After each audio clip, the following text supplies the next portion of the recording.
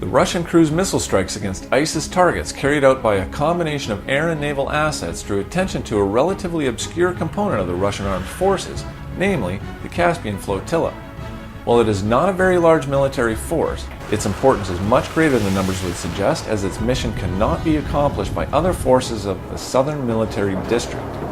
The core of the force are 2 Gepard light frigates, Tatarstan and Dagestan, 1 Molniya missile corvette, 3 Bullion gun corvettes, and 3 Bullion M missile corvettes supported by several smaller gunboats and minesweepers.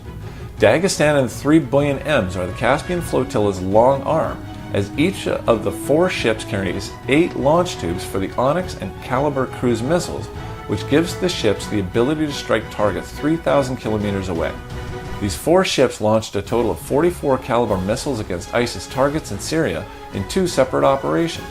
6 more Bullion M ships are to enter service with the Black Sea Fleet by 2018 to hold in check U.S. anti-ballistic missile installations in Romania, and since the 2 seas are connected by the Volga-Don Canal, permitting ships with drafts of up to 3.5 meters to travel between the seas, all 9 Bullion M ships with a total of 72 cruise missile launch tubes could be concentrated in either of the 2 seas if the situation requires.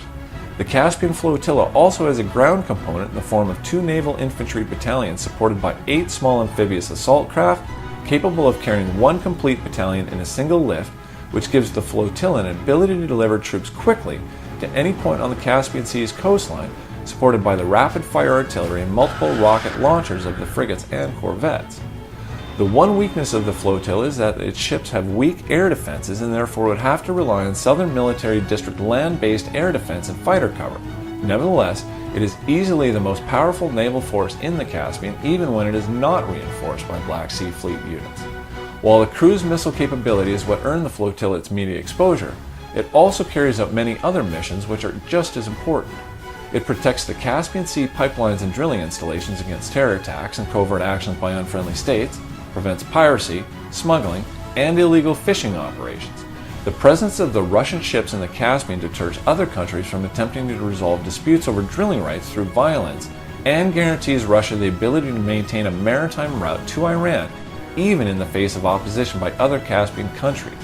The flotilla's pacifying presence is an important factor promoting Eurasian integration and preserving the security of the new Silk Road, and also a barrier against Turkey's attempts to establish its own sphere of influence in Central Asia. The final role of the Caspian Flotilla may become more important in the coming years, considering the recent increase in tensions between Russia and Turkey. 3 of the countries bordering the Caspian Sea, Kazakhstan, Azerbaijan, and Turkmenistan, are members of the Turkic Council and have sought military and technical assistance from Turkey and the United States.